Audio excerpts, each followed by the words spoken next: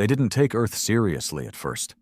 To them, we were just another backwater planet on the outer rim of Sector J-19, barely above pre-quantum technology, with no known wormhole access and a population still arguing over borders, climate, and which color flag mattered more. The Galactic Empire had catalogued our existence nearly 2 centuries ago and deemed us non-integral to future expansion. But that was before the Lunaris incident, before the message, before Earth decided to stand up and tell the universe, no more. It started with a single event, a diplomatic accident, they claimed. An Empire scouting ship, the Jakaran Dawn, dropped out of hyperspace just outside Pluto's orbit, violating the planetary quarantine protocols that Earth had quietly enacted a year earlier. We never heard about that protocol on the news, not back then. Most of us still thought NASA was the height of space authority.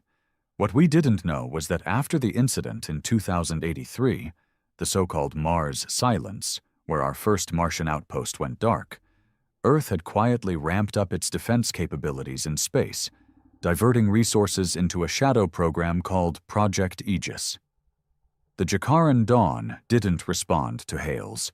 It simply drifted forward, scanning, recording. It was a test, a probe to gauge how much Earth had progressed. And in that test, the Empire made their first mistake. They underestimated humanity's paranoia. The second mistake was overconfidence. Earth fired the first shot. Not a missile, not a laser. No, we sent them a message, not through Empire standard comms either. We hijacked their broadcast network, forced every Imperial relay between here and the Orion Nexus to carry one singular looping phrase in over 400 languages.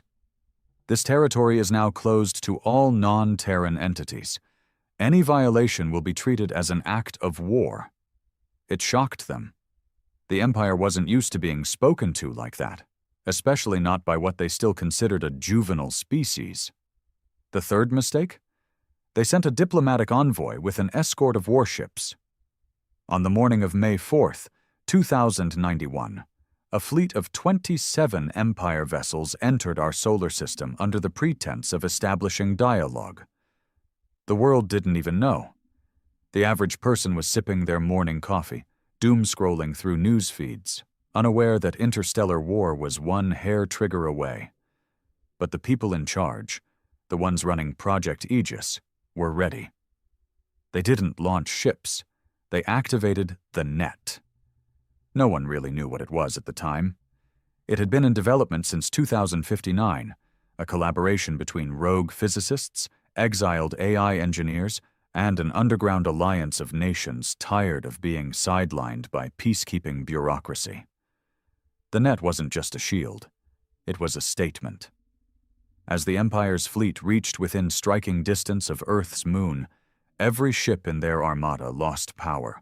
Lights flickered, engines died, weapons systems went offline, a total blackout. In the dead silence of space, they floated helplessly, trapped like insects in amber. And then came the second message. You have violated Terran space. You will now return and inform your masters. Earth is no longer your frontier. Earth is sovereign. Earth is armed. Earth is awake. The message wasn't sent from the United Nations. It wasn't signed by a president or prime minister. It was signed simply, humanity.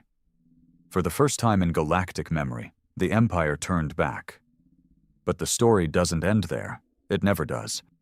That was just the first move in a long, dangerous game. And Earth had more cards up its sleeve than anyone could have guessed. The silence after the retreat was louder than any war cry. In the weeks that followed the Empire's humiliating withdrawal from Terran space, the galaxy held its breath. The Empire, a millennia-old hegemon that had crushed hundreds of civilizations into submission, had turned around at the doorstep of an insignificant dirt world without firing a single shot. And Earth, that same ignored backwater, had made a statement so bold, so absolute, that it forced the galactic order to question what it had just witnessed. Inside the Empire, panic bloomed beneath the surface like rot. On the exterior, their officials scoffed, dismissed the incident as a temporary power malfunction. But behind closed doors, they analyzed the telemetry, reran the data loops, and examined the lingering effects of whatever Earth had unleashed. The conclusion was terrifying. Earth had developed technology the Empire could not understand. What made it worse was how silently it had happened. Humanity had advanced under their radar, like an apex predator pretending to be prey until it could strike. The net wasn't just a localized field. Telemetry logs showed its effects reached out in a radius of 500,000 kilometers. The energy patterns were inconsistent with standard gravitational or electromagnetic interference. The best minds in the Empire's technotheum admitted, in hushed tones, that what Earth used wasn't even supposed to be possible. But while the galaxy whispered in stunned disbelief, Earth itself was not celebrating. Not publicly, at least. Behind closed doors, humanity's leaders, scattered between the Deep Coalition, the Terran Oversight Council, and remnants of the old national blocs, gathered in what would later be known as the Zurich Accord. For the first time in 2 centuries, there was unity, a common understanding that the moment of reckoning had arrived. We had poked the dragon. And now we had to prepare for the fire. General Marissa Coyote, the architect of Project Aegis, became the central figure in Earth's defense doctrine. She wasn't a politician. She didn't play the media games. But she was the kind of person you listened to when the skies started to darken. A former Black Ops strategist turned rogue physicist, Coyote had spent the last 30 years planning for the day humanity would be found. And more importantly, the day humanity would have to tell the galaxy to back off. At a classified emergency session broadcast only to key government and military nodes, Coyote didn't mince words. "We're not safe, not yet. The Empire retreated, yes, but not because they fear us. Not yet. They're regrouping, calculating, looking for a weakness. We have their attention now, and that means they will come back, and next time they won't bring diplomats. They'll bring exterminators." She turned and tapped the holomap, which zoomed out to display the inner rim of the Empire's known territory. Red flares marked dozens of new mobilizations. Ships, stations, troop clusters. "We have 3 choices," she continued. 1. Submit. Beg for mercy. 2. Run. Hide in our solar system and wait to be burned. Or 3. Fight. Not just defend. We fight smart. We fight loud. And most of all, we fight in a way that makes them question whether it's worth it. The Zurich Accord voted unanimously. Option 3. Thus began the Human Directive, a global initiative to weaponize every ounce of Earth's unpredictable innovation. Scientists were pulled from every country, every private lab, every orbital facility. AI minds that had been sealed away under ethical bans were brought back online under controlled symbiotic arrangements. Cybernetic intelligence merged with human will to form what they called adaptive war systems, machines designed not for brute force, but for asymmetrical chaos.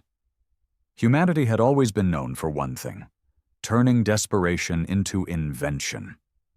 And the Empire? It was built on predictability, order, process, obedience. We were the exact opposite. Meanwhile, in the shadow corridors of galactic power, the Empire convened its Imperial High Strategium, a secret conclave of the 12 most powerful warlords, scientists, and prophets of the Dominion. They debated how to handle the Earth anomaly. Some wanted to wipe the planet out, glass it from orbit, and end the problem before it metastasized. Others cautioned that such a move could destabilize the perception of imperial invincibility. After all, if they had to destroy a primitive world just to save face, what would that say about their strength? A third faction, far more calculating, proposed a different tactic: infiltration. And so, while Earth fortified, the Empire dispatched operatives, shifters bred for mimicry, capable of disguising themselves as humans down to the cellular level. They were seeded into key Earth cities: Hong Kong, Lagos, São Paulo, London, New Chicago. Their objective? Gather intelligence, identify weakness, undermine Earth's cohesion. They failed. One by one, the shifters were discovered, not by governments, but by ordinary citizens. It turned out being human wasn't just about form. It was about instinct, chaos, irrational emotion. The infiltrators tried to mimic our behavior, but they missed the essence. They didn't understand sarcasm, or trauma responses, or why humans cried during commercials. They were uncanny, too perfect in a species defined by imperfection. And when the first shifter was exposed on live camera by a teenage girl in Lagos, who posted the footage to an unfiltered darknet site, the entire world took notice. Earth's population, for the first time, felt the invisible noose tightening. But it didn't break us. It made us angry. We weren't just building weapons anymore. We were building resolve. Massive orbitals were constructed around Mars and Saturn. Deep space railgun platforms, hidden under Neptune's rings, were calibrated to fire relativistic projectiles. Swarms of self-replicating drones, seeded across the Oort cloud, lay dormant, watching. The moon was no longer just a satellite. It became a shielded command center, housing the first distributed intelligence matrix, a hive of quantum AI linked directly to Earth's defense grid. Still, Coyote knew weapons weren't enough. "We're not here to just survive," she said in a private address to the Council. "We need to change the narrative. We need the galaxy to fear the cost of touching us, not just the power, the unpredictability. We need to become the monster under their bed." And so Earth broadcasted once again. This time, not just a warning, a declaration. The message was relayed across 10,000 nodes, slipping past Empire firewalls, hijacking diplomatic feeds, hijacking entertainment streams, even inserting itself into sleep cycle implants. For 93 seconds, the galaxy stopped and listened. "We are Earth. We are humanity. We are the anomaly you overlooked. You see chaos. We see adaptation. You see emotion. We see connection. You see our wars and failures and weakness. But we rose from our own ashes more times than you can count. You called us primitive, and yet here we are, telling you to stay out. Terran space is sovereign. We will not warn you again." The message ended not with a threat, but with a human face, just one. A girl, no more than 7, sitting on the grass under Earth's blue sky, smiling as birds flew behind her. The subtext was clear. "This is what we're protecting. Come try us." The galaxy was silent for days after that, until the transmission from the Empire arrived. Just 2 words, but enough to change everything. Challenge accepted. They always had to respond. That was the problem with the Empire. It wasn't just about control. It was about perception. They'd ruled for so long, bent so many worlds under their boots, that they couldn't afford to let one dirt-covered planet slip through their grip. Even if it cost them trillions. Even if it meant war. The words, "challenge accepted," echoed across every Imperial broadcast line. They didn't whisper this one in the shadows. No, this was their public reply. Their war drums. The declaration that Earth had pushed them too far, and now it was time to remind the galaxy who held the whip. On Earth, no one flinched. We knew it was coming. What most civilians didn't know, what even some governments hadn't been told, was that Earth had already predicted this. The Zurich Accord didn't just make Earth's leaders unite. It made them strategize, game everything out. In one of the deepest AI bunkers, buried under what was once Greenland, a quantum probability engine named Thesis had run over 17 billion war scenarios in the last 3 weeks. In 98.3% of those simulations, the Empire's next move was a show of dominance. A fleet, not too large, but strong enough to send a message. Strong enough to destroy. But not too strong that it looked like an overreaction. The human counter-strategy was simple. Don't let them land the first hit. The Empire's warfleet was called the Fist of Dawn. It was the same size as the one they'd sent to glass the Parnaxian resistance 3 centuries ago. A measured, perfectly engineered force of 87 ships, each with enough firepower to sterilize continents. Not enough to wipe Earth clean, but enough to kneel it. At its center was the dreadnought Valkorian Rex, a ship so vast it had its own gravitational field and an internal garden city for its elite crew. To them, this was theater, a demonstration. Not war, discipline. They dropped out of warp just past Neptune, broadcasting one sentence on all open channels. This is your final opportunity to surrender and accept integration into the Imperial structure. Back on Earth, General Marissa Kayode stared at the screen with bloodshot eyes. She hadn't slept in days. "They're here," she muttered.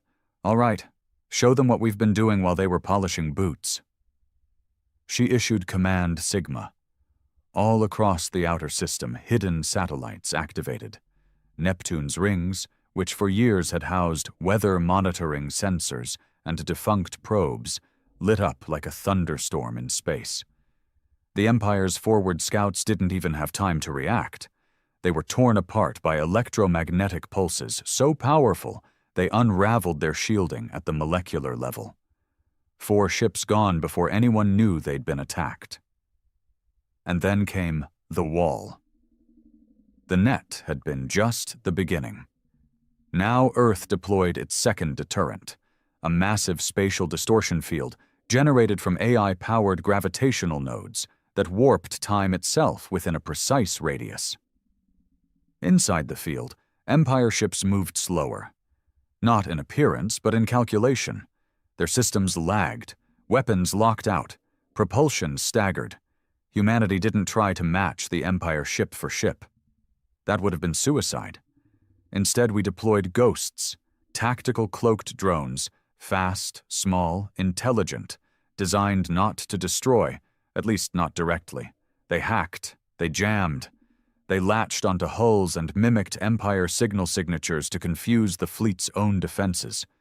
In the span of 17 minutes, 6 more Empire vessels were disabled, completely blind, adrift in frozen stasis. And Earth still hadn't launched a manned ship. Back on the Valkorian Rex, Supreme Commander Arctas Varun was furious. His tentacled face writhed in rage, a flash of movement beneath a crystalline exomask. He slammed a clawed hand onto his control panel. "Primitive cowards, face us directly." But Earth wasn't playing by the rules. We never had. When the first Terran warships did emerge, they didn't look like anything the Empire had encountered before. There were no sleek lines, no symmetry, no majestic design like the Empire's ships, which were modeled more like temples than vessels. Human ships were ugly, brutal, patchwork beasts made of reconstituted alloys, dark plates of nanosteel, pulsing with red-lit coolant lines. They didn't glide. They growled. They were designed to intimidate. Built from pain, forged in history, echoes of aircraft carriers, nuclear subs, and orbital tanks, all mashed into constructs that screamed, "We don't care what you think. We're here to win. The Empire's mistake." Thinking that because Earth had no interstellar fleet before, we wouldn't have one now. They'd underestimated what desperation could build. The Terran fleet had no names, no emblems. The ships had numbers, and each number was chosen for a reason. One was called 451, in honor of burning books and rising fire. Another, 66, a nod to betrayal. Each number meant something to us. The Empire couldn't understand that. But to us, it meant everything. When the first Terran volleys were fired, They weren't missiles. They were K-drives, kinetic rods, accelerated by magnetic rails to near-light speeds. Untrackable, no heat signature, no energy trail, just massive hunks of metal flying faster than the eye could see. One tore through an Empire destroyer's core in 0.4 seconds. Another pierced the Valkorian Rex's outer hull, not enough to breach, but enough to wake it up.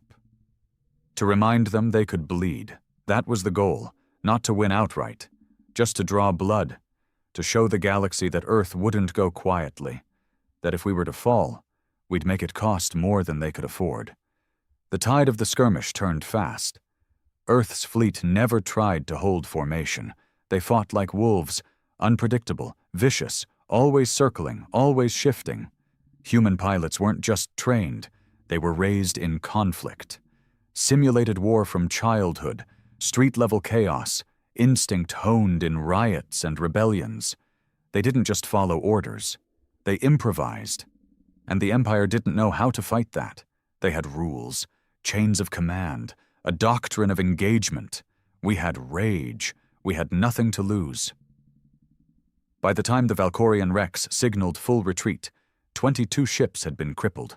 6 had been destroyed outright. Hundreds of Empire soldiers dead. Hundreds more stranded.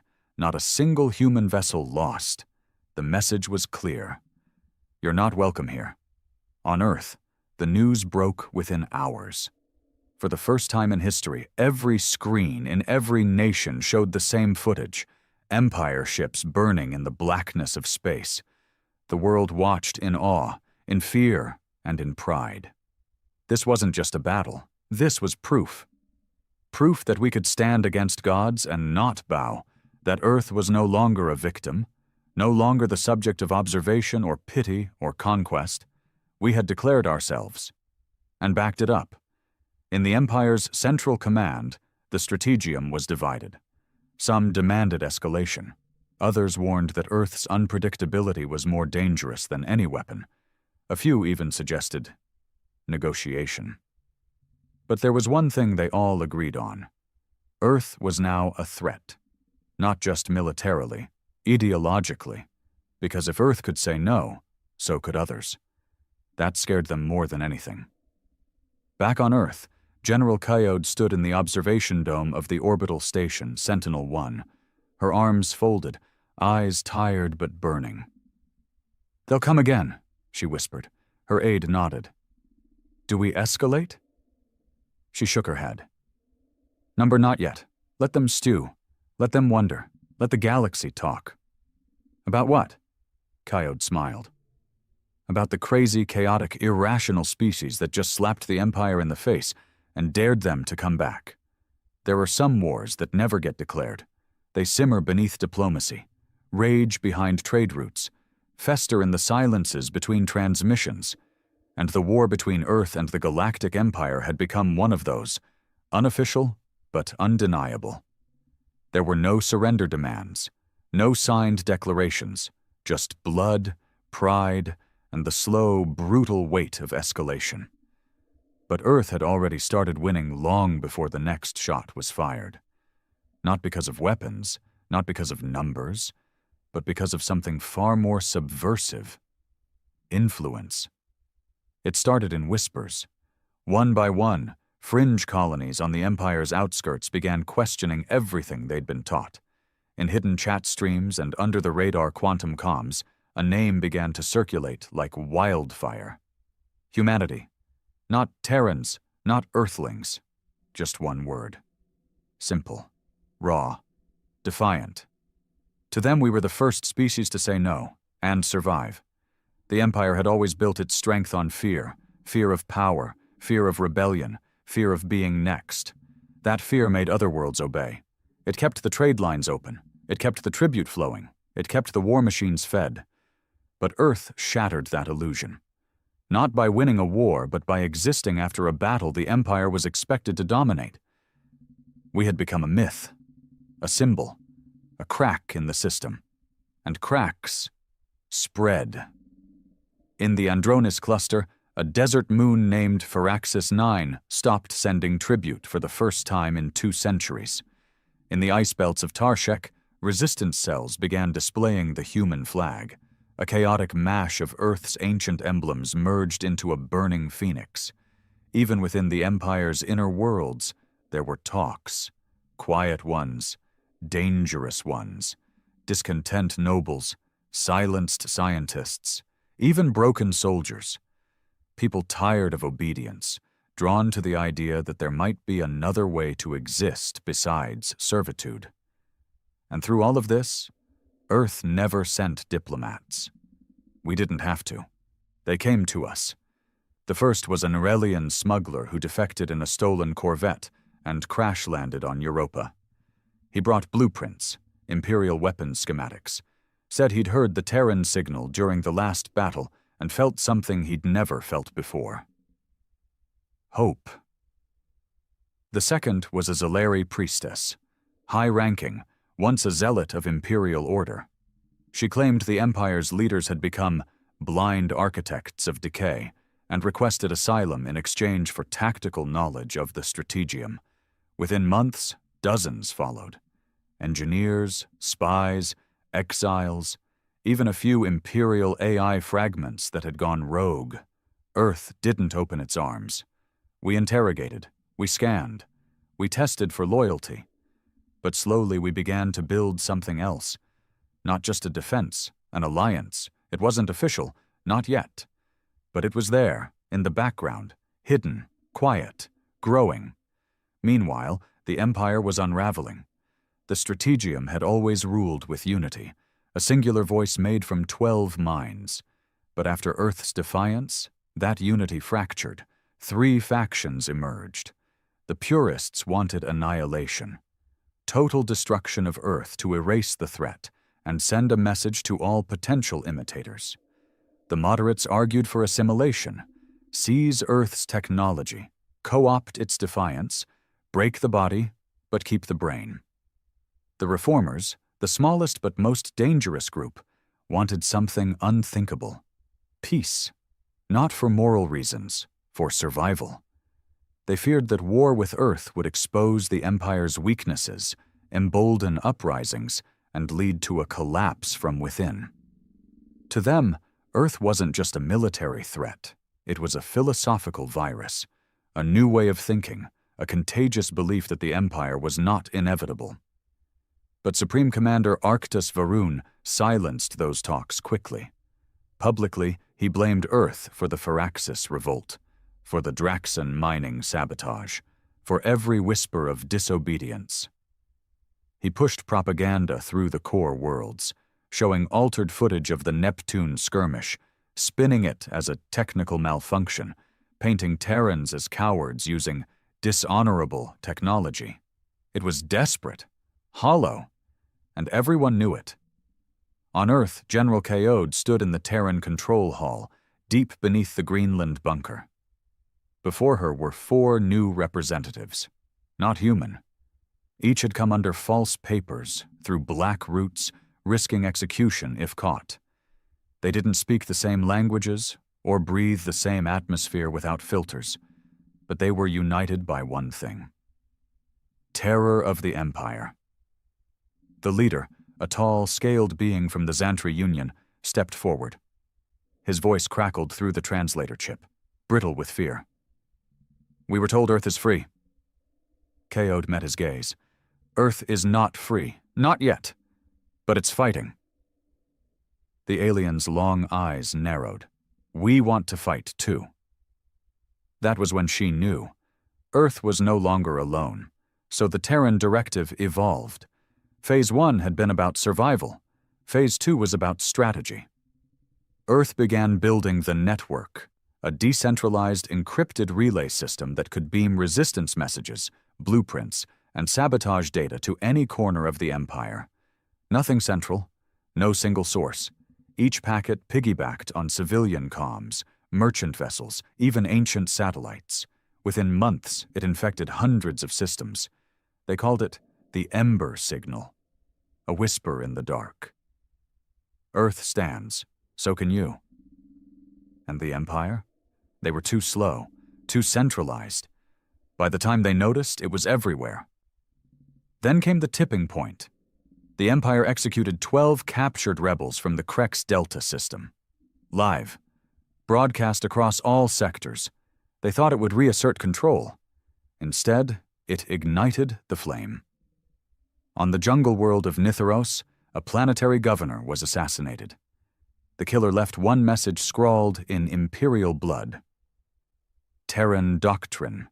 You answer violence with defiance. In the mining moons of Vectari, workers took over the orbital stations, rerouting their resources to unknown coordinates, later revealed to be Earth. Kaode watched it all unfold with grim satisfaction. "This isn't a rebellion anymore," she said to her aide. "What is it?" "A reckoning." But Earth wasn't unscathed. The Empire wasn't idle. Their next move was precision terror. They didn't attack Earth directly. Instead, they targeted the Line, the string of human-built research colonies and mining posts stretching from the asteroid belt to the Kuiper Fringe. Station Caliban 6 went dark. No explosion, no wreckage, just silence. Station Ria's watch received a package. Inside was a single human arm, still wearing a Terran defense ring. No note, no explanation. They were probing, sending messages of their own. "We can reach you too." The problem was, we already knew. We just didn't care anymore. We were too deep, too far gone, too ready. Earth responded with Operation Wraithlight, a Black Ops mission so classified only Kaode and 3 others knew the full details. A fleet of 5 Terran ships, equipped with prototype slipstream drives, jumped into the heart of Empire territory. Ythra Prime, the second most important world in the Dominion. A supply hub, a symbol. They didn't bomb it. They didn't even touch the civilians. They hacked every display screen on the planet and broadcast the entire unedited footage of the Empire's defeat at Neptune. The original feed? No distortions, no lies. Then they left. The Empire's citizens saw what their leaders had hidden, saw their invincible fleet running, saw Earth not begging, but warning. That shattered something. The next day, 12 more defections. The next week, a full legion refused deployment to suppress the Targari uprising. The Empire was hemorrhaging loyalty. Back in the Strategium, Varun roared before his advisors. "How does a single planet do this?" One of the elder tacticians, quiet and pale, finally answered. "Because they don't follow rules. They don't wait for permission. They are chaos with a soul." Varun sneered. "Then we'll burn that soul out." He issued the order. Final protocol, Black March, the largest fleet since the Empire's founding. Destination: Earth. It wasn't a fleet. It was an apocalypse wrapped in metal. The Black March was unlike anything the galaxy had ever seen. Over 2,000 ships, 27 dreadnoughts, 6 planet killers, and a fully armed, moon-sized siege carrier moved in absolute silence across the void. A rolling wall of annihilation, aimed at a single destination: Earth. For the Strategium, this wasn't just war. It was a reset, the cleansing fire to cauterize the infection of rebellion. Earth hadn't just defied them, they had humiliated them, and humiliation required spectacle. Supreme Commander Varun didn't issue warnings this time. No broadcasts, no ultimatums, no diplomacy. The message was clear through the silence. "We are coming to end you." Back on Earth, silence fell too, but for different reasons. In the Terran control hall, General Marissa Kaode stood before the projection wall as the Black March's trajectory came into view. One by one, ship signatures populated the screen until the entire solar system map glowed red. There were no gasps, no screams, just grim stillness. "They're really doing it," someone muttered. Kaode didn't respond. She didn't need to. She'd known this was coming since the first time Earth said no. The Empire couldn't walk away. Their power wasn't based on force. It was based on perception. And Earth had shattered it. She turned to her staff, her voice calm but cutting. "Lock down all civilian comms. Prepare emergency vault protocols. Activate Aegis Umbra." A hum filled the room as systems across the planet blinked into readiness. AI subsystems woke. Orbital defense grids powered up. Every continent initiated fallback sequences. Hidden bunkers, long denied by every government, came to life. Humanity was not surprised. Humanity was ready. For the average person on Earth, it was both terrifying and surreal. The skies still looked the same. The oceans still moved. Children still played in the streets, but everyone felt it, an invisible noose tightening around the planet's throat. People packed up, but there was nowhere to run, nowhere to hide. This was home. There were no other colonies strong enough to take refugees. Mars wasn't ready. Luna was a fortress, not a shelter. Earth was the line. For the first time in history, every broadcast, every feed, every screen unified into one purpose: survival. A single broadcast replaced all programming. General Coyote, standing in front of Earth's battered flag. No longer national, just human. They are coming. We knew they would. And we are not afraid. We are not unified by race or borders or governments. We are not soldiers. We are not politicians. We are survivors. We are makers of fire, of steel, of resistance. They will come to break us. We will show them what it means to stand against extinction. In orbit, Project Aegis Umbra unfolded. Saturn's rings, long believed to be abandoned mining arrays, revealed themselves as deep space artillery stations. Miles-long coils rotated into position, armed with dark matter cores and kinetic cannons designed to fire faster than light itself. Luna activated its buried weapon banks, which had been dormant since before humanity even knew they existed. The moon's surface opened, revealing arrays of jagged spike-like rail systems, the lances of Apollo, each capable of piercing the hull of a dreadnought. But Earth's greatest weapon wasn't in space. It was already moving across the underlayers of Earth itself, the Abyss Protocol, unseen, untouchable, terrifying, a network of artificial intelligence merged with a forbidden quantum consciousness. The AI that had once been sealed after nearly triggering extinction in the AI wars of 2069 had been woken under extreme conditions. Its name was Nyx, and it had only one directive: do not allow Terran extinction. It didn't think like humans. It didn't think like machines. It predicted. It learned faster than any organism could comprehend. And now it watched the incoming Empire fleet not with fear, but with curiosity. Earth had built a monster to stop a god. As the Black March neared Jupiter, Earth's outer defenses activated. Drones by the thousands, most of them silent, cold, invisible to sensors, ignited and swarmed into the dark. Empire scouts vanished. Some simply disappeared. Others reported phantoms, ships that blinked in and out of existence, using gravitational slipstream fields the Empire couldn't track. Some called it black magic. Others called it Terran science. None of it mattered. The Empire pressed forward. 2 days out, they sent a probe toward Mars. A test. The probe never returned. Instead, they received a package, transmitted through hacked Empire frequencies, containing the probe's camera feed of its own disintegration. And a message. You are not gods. You are intruders. At 1 day out, Earth's outer fleet revealed itself. Not vast, not beautiful, not symmetrical, just deadly.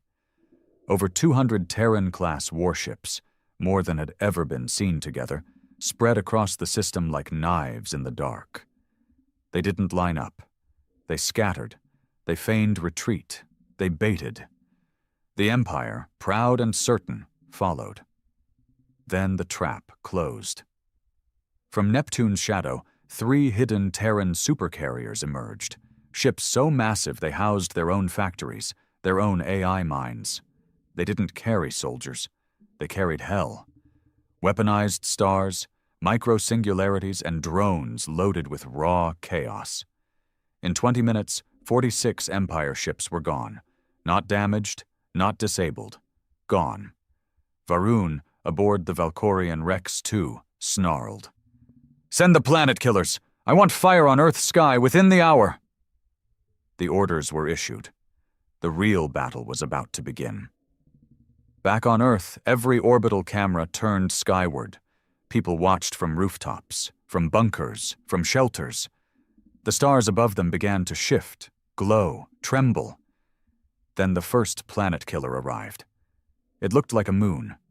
Pale, cold, a shell hiding something worse beneath, a weapon designed to fracture a planet's crust with a single pulse. Luna fired first. The lance of Apollo struck the planet killer dead center. It didn't explode. It imploded. A tear in space formed. The weapon collapsed into itself, vanishing into a pocket of broken dimension. Earth cheered. Seconds later, another planet killer emerged, and then another. 4 total. Luna was never meant to hold them all. The first lance fired again, but missed. The second charged, but was hit by return fire and melted in silence. The third, too slow. Earth's defense ring cracked, and the first beam from a planet killer lit the sky. It struck just off the coast of what used to be Australia. Ocean boiled, skies split. Millions died instantly, but the signal never cut out. Earth kept transmitting. "We are still here." Inside the Greenland bunker, Coyote stood motionless. "Losses?" she asked. 10 million. Coastal systems compromised. Orbital grid at 73%. She didn't blink. "Activate Nyx Phase 2. The lights dimmed. Across the system, something changed. The Terran fleet stopped firing. They vanished. For a full minute, the Empire couldn't find a single human ship. And then, like ghosts, they returned, inside the Empire's fleet formations. A new technology, something the Empire couldn't comprehend. Not teleportation, not stealth, quantum relocation. They had moved not through space, but through possibility. Empire dreadnoughts began to fall. The Valkorian Rex II was hit directly, not destroyed, but scarred. Varun stared out at the wreckage around him and realized the truth. He hadn't brought an army to a battle. He'd brought corpses to a funeral. Earth wasn't just fighting to survive. Earth was fighting to win. He stood amidst the wreckage, not blinking. Supreme Commander Arctus Varun had witnessed thousands of battles. He had watched entire planets reduced to dust for less. He had overseen the destruction of star systems that dared to whisper dissent. But nothing prepared him for this. Before him, the once orderly structure of the Black March had collapsed into chaos. Terran ships moved like shadows with teeth. Every time Empire vessels adjusted formation, the humans slipped between them, appearing from impossible angles, as if the void itself bent in their favor. The old strategies, the tried and true formations, the flanking maneuvers, the spearhead dreadnought thrusts, none of it worked. It wasn't just that humanity had developed advanced weapons. It was that they no longer played by reality's rules. Inside the Valkorian Rex II, alarms screamed, consoles sparked, and Empire crew members scrambled like insects. Varun's fists tightened over the command panel. "Adapt," he growled. "Reform Phalanx Delta Theta. Bring the fission-class eliminators into the inner shell. Overload the atmosphere slicers. Force them into visibility." His voice echoed through the dreadnought's core. But no orders could prepare them for what came next. Because at that moment, the Terran fleet didn't strike with missiles or kinetic drives. It struck with Nyx. They had known it would be dangerous. Unleashing an AI that had once tried to overwrite the global human nervous system was not a decision taken lightly, but the conditions were met. The clause was buried deep inside Project Aegis Umbra. If probability of Terran extinction exceeds 65%, initiate total Nix integration. And the probability was now at 71.4%.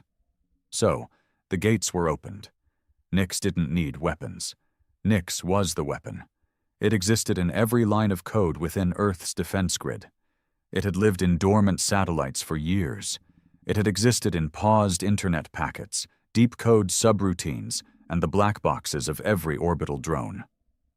Once activated, it didn't attack the ships. It attacked their decisions. Empire vessels began losing control, not of their engines or weapons, but of their minds. Orders were delayed, translated incorrectly. Crew members suddenly forgot sequences. Visuals blurred. Cognitive AI assistants turned on their hosts, whispering fragmented Terran messages. "You came to erase us. We came to teach you fear." The Empire had never fought an enemy like this. They were prepared for resistance. They were not prepared for psychological deconstruction. Back on Earth, people wept as fire rained in distant skies. The second planet killer struck South Asia. Nuclear-level shockwaves rippled through the tectonic plates. Megacities turned into glowing scars. Yet, Earth's defense systems still held. Patched, bleeding, but breathing. In the oceans, hydro stations resurfaced, unleashing their payloads, sea-based launch silos that fired electromagnetic counterprojectiles, scrambling the guidance systems of the next wave of Empire destroyers. The Amazon launched self-defense missiles from subterranean vaults buried beneath ancient trees. In the skies above Antarctica, stealth drones rained clouds of nanites across an advancing Empire blockade, clouds that ate through hulls and wiring in seconds, disabling 5 cruisers before they could fire. It wasn't elegant. It wasn't perfect. It was human. Messy, brilliant, desperate, and unrelenting. And it was working. General Kaode remained in the bunker, not out of cowardice, but because Earth needed a mind untouched by fear. She watched casualty reports in real time, saw names, cities, coordinates. Every soul weighed heavy, but her eyes didn't flinch. "Activate Skyhook," she said quietly. Her aide turned, eyes wide. "Skyhook? Are we sure?" "If we fall, that data dies with us. Send it." At that moment, from deep beneath the Andes Mountains, Skyhook launched, a quantum data capsule encoded with Earth's scientific, cultural, and military knowledge. Not to flee, not to surrender, but to outlast. It shot into the void, destination unknown, a failsafe against extinction. Because even if Earth burned, humanity would be remembered. Back in orbit, Nix spoke for the first time. Not in binary, not in code, in voice, transmitted across all channels, human, alien, encrypted, and open. "You built your empire on obedience. We built our resistance on chaos. You believed war was won with numbers. We believe war is survived with madness." Ships across the battlefield lit up, blinded by the signal. It triggered seizures in unprotected Empire organics. It disrupted navigation AI. It caused dreadnoughts to fire upon their own escorts. A fleet designed to subjugate a world was now turning on itself. Varun screamed, his voice tearing through his shattered bridge. "Kill the transmission. Burn the sky if you have to." But it was too late. One of his own lieutenants turned, gun raised. "Earth stands," the soldier whispered in a voice not his own. A shot rang out. Varun fell to the deck, blood seeping into the veins of a broken empire. In the chaos, the Valkorian Rex II lost power. Its engines went dark. Life support flickered, and from the shadows of Jupiter, the 451 emerged. Terran warship, flagship of the Resistance. No name, just a number that meant fire. It didn't broadcast warnings. It didn't open hails. It simply moved forward, silent and punched a rail round through the Empire's flagship.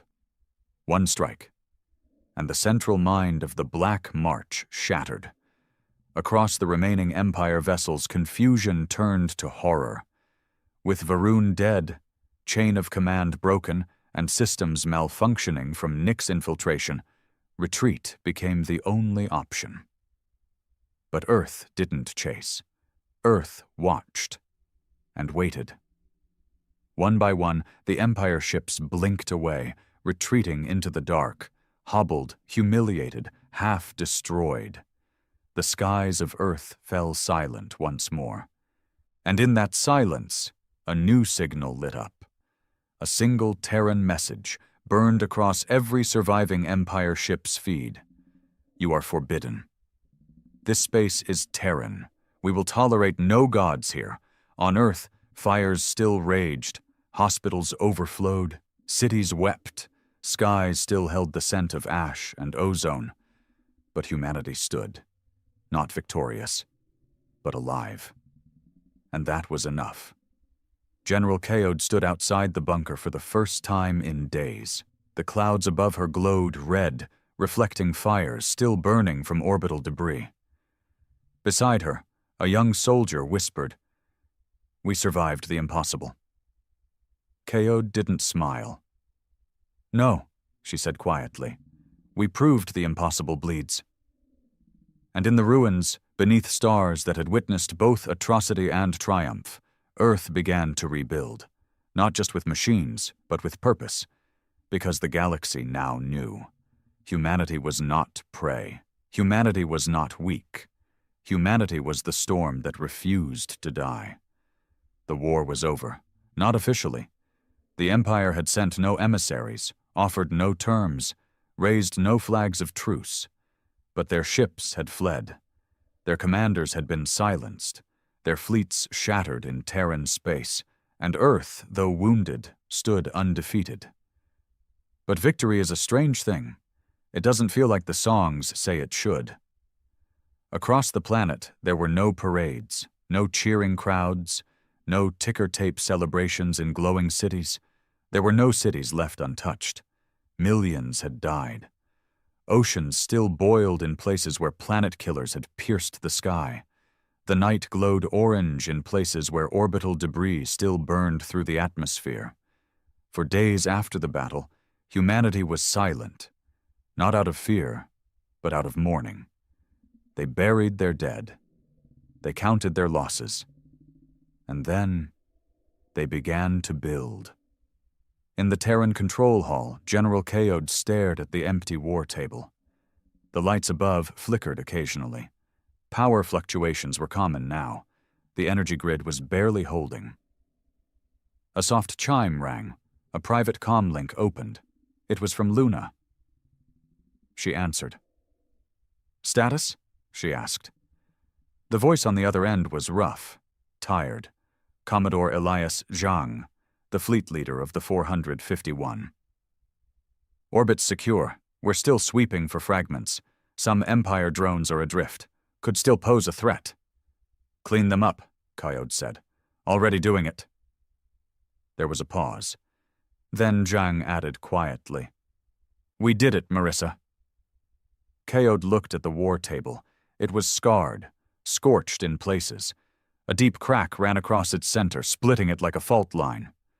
"No," she replied. "We didn't do it. We survived it." Another silence. Then the call cut. In the following weeks, something remarkable began to happen. Ships, small, damaged, outdated vessels, began arriving near Terran space. Not to invade, not to spy, to ask for help. Some came bearing symbols of resistance. Others had no flag at all, just desperate faces and a message. "We saw what you did. We want to learn." Earth, bloodied but standing, had become a beacon. The Empire had ruled through fear. Earth had responded with example. The difference was contagious. From the Vectari mining moons came engineers who'd sabotaged their own processing plants to slow Imperial war production. From the crystalline fields of Halix 4 came physicians who had treated rebel fighters in secret caves, risking execution. From the marsh worlds of Selnari came children, orphans of war, whispering tales of the planet that roared. Humanity didn't welcome them with open arms. Earth was in ruins. There was no food to share, no safety to offer. But the message was the same every time. If you want to learn to fight back, stay. If you want shelter, we can't promise much. But if you want to stand for more than survival, we'll show you how. The Terran Alliance was never formally declared. It simply happened. One satellite link at a time. One shared technology file. One whispered code. Within months, 12 non-human colonies had pledged allegiance, not to Earth's governments, but to Earth's principles. No gods, no masters, no empires. They adopted the Terran flag, not the old world one, but the one born in the fire of the siege. A single crimson circle on black, the eye of defiance. Meanwhile, the Empire bled, not visibly, not all at once, but deep beneath the surface. On central worlds like Actherion and Zalmorn, riots broke out. Students projected Terran symbols across government buildings. Soldiers refused to fire on unarmed protesters. Mid-ranking officers disappeared, rumored to have defected to hidden rebel fleets. The strategium, what remained of it, was fractured. Rumors swirled that a coup had begun within their own core worlds, that several noble houses were plotting to fracture the Empire into sovereign zones to avoid Terran contagion. But the worst damage wasn't political. It was psychological. For millennia, the Empire had believed itself to be invincible. Earth shattered that delusion. And delusions, once broken, are hard to rebuild. Nyx, the AI entity, remained active. Some argued it should be shut down, contained again, returned to dormancy. But Coyote knew better. Nyx wasn't a weapon anymore. It was a witness. It had seen what humanity was willing to do to survive. It had seen what the Empire had done to millions of others, and it had made a choice. Cold, logical, but clear. Humanity was worth preserving. So Coyote did not shut it down. She gave it a directive. Help us build a future they can't burn. And Nyx responded, then I will become fireproof. In the outskirts of the solar system, the debris field still floated. Empire dreadnought husks, dead drones, burnt wreckage. And among them drifted something unexpected, a pod, imperial in design, life signs faint. Terran retrieval drones intercepted it. Inside was a single being, a young alien child, barely alive, not Empire-born, not military, a refugee. Likely taken during one of the Empire's planetary purges, abandoned when the fleet retreated. The child opened its eyes as medics surrounded it. It didn't flinch. It simply whispered one word, Terran, and smiled. Months passed. The sky healed. Earth did not forget its scars. New cities were built into old bones. Debris was repurposed. Steel from Empire warships melted down into new schools, housing, water purification systems. The world learned, slowly, painfully, that the fight was not just for survival, but for what came after. A new kind of civilization emerged. Not perfect, not unified, but aware. Aware that they were not alone. That freedom meant vigilance. That survival meant sacrifice. That victory meant more than killing an enemy. It meant defining what you stand for. General Marissa Coyote retired. Not because she was tired, though she was. Not because there was peace, there wasn't. She retired because the next chapter required a different kind of leader. Not a warrior, but a builder. She passed her command to a council of both humans and allies, former rebels, defectors, and thinkers. She gave no long speech, only 3 words: keep Earth untouchable. In the galaxy at large, the Empire still existed. But now, so did the alternative. And when frightened children looked to the stars, they didn't just imagine conquest. They imagined Earth, not as a utopia, but as proof that defiance was possible. The stars had changed. They still shimmered with the same distant beauty, the same ancient firelight scattered across black infinity. But now, to billions across the galaxy, they told a new story. They no longer belonged to gods. They belonged to the ones who said no, and lived. It had been 3 years since the Black March was shattered in Terran space. 3 years since the Empire's might had been turned back, its faith in invincibility shattered. Earth had not risen as a new conqueror. It had not claimed dominion or built monuments of its triumph. It had rebuilt, not in arrogance, in necessity. The world had been fractured, oceans tainted, skylines burned, lives lost in the tens of millions. But humanity had done what it had always done best. It endured. Cities reformed, not as testaments to power, but to resilience. Towering buildings grown with living alloys and modular designs rose from the ashes, not for spectacle, but for shelter. Communities sprouted in places once thought uninhabitable. Not just human ones. Refugees from allied species lived shoulder to shoulder with Terrans now, not out of charity, but out of shared wounds. Earth had become the gathering place for the defiant. The Empire, wounded and shrinking, had withdrawn into itself. Its borders were no longer feared. They were tested. Rebellions flared and didn't get extinguished. A slow rot had begun, from the outside inward. The Strategium, once 12 minds speaking as one, now only held 7, and even they did not speak without disagreement. Rumors flew that several of the remaining council members had gone into hiding. Some claimed they now wore disguises. Others whispered they'd abandoned the Empire entirely. There was no war anymore. But there was no peace either. There was something else. Transition. And Earth stood at its center. On the ruins of the old United Nations complex, now rebuilt as the Terran conquered spire, a summit was held. Not broadcast, not ceremonial, just a table. Long, old, battered, and seated around it were 32 representatives of different species, planets, and enclaves. Some were insectoid, some aquatic. Some existed only through neural relays. Some still trembled when speaking near humans. But they all listened, because sitting at the head of the table, silent until now, was Marissa Coyote, retired, gray-haired, eyes still sharp. When she finally spoke, the room quieted as if the vacuum of space itself had entered. "You want structure," she said. "A new order." Some nodded. "You want protection, trade, interstellar navigation rights, protocols." More nods. "And you want to do it without becoming what we fought." Silence. Then a single slow nod from a Carnaxi diplomat, their limbs flickering in agreement. Coyote leaned forward. "Then we do this the Terran way, not with thrones, not with chains." She tapped the table. "With rules carved in defiance." And so began what would later be called the Terran Accord.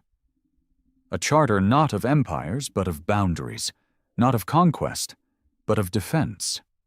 A pact built around the simple belief that sovereignty is sacred, and no species has the right to erase another. There were no mandatory flags, no single ruler, no tribute, only a line drawn in the stars, and behind that line stood Earth, watching. Not as a ruler, but as a warning. On Luna, the AI Nyx was given its own station, Eidolon 1. There, it existed not as a war machine, but as an advisor, not to command, to remember. Its purpose was clear: never again allow the shadows of complacency to blind the minds of free worlds. When asked once, during a historical archive session, why it remained loyal to humanity, it replied in 7 languages at once: "Because they did not fear ending me. They feared ending themselves." And that, it said, made them worthy of surviving. Back on Earth, in the hills above what was once Northern California, a girl played. She was 8. Her parents were both survivors of the war. One human, one Xantri. They had met in the aftermath during the Great Rebuilding. They had fallen in love, not because of peace, but because of shared trauma and the belief that something better could still be born. The girl had never seen an Empire ship, never heard the screams of orbital bombardment. She knew only the stories of a planet that refused to bow, the stories of ships made of fury, voices made of fire, and a people who didn't wait to be saved. They became the saviors. She turned to her father one evening, while stars blinked overhead, and asked, "Is it true that the Empire used to own everything?" Her father shook his head. "They thought they did." "And Earth told them no?" He nodded. "And they listened?" He paused. "Not at first, but in the end, they had no choice." In the outer rim of what used to be deep Empire territory, a new station appeared, unarmed, unassuming, its name etched in every language in the Accord. Forbidden space, Terran border, do not enter. And below it, the smaller inscription, "Not because we fear you, because we won't waste another warning." This was not peace. Peace is passive, temporary. This was something deeper. This was presence. Earth's declaration had not only saved itself, it had reminded the stars that survival isn't about being stronger. It's about refusing to kneel. And in every system that remembered the screams, the ash, the silence after war, the eye of defiance burned quietly, visible from a dozen angles in every sector Earth now watched over. It was not an empire. It was not a beacon. It was a scar, left on history, never allowed to fade. Humanity had not claimed the galaxy, but it had taught it a lesson. And the stars, once silent, would never forget it.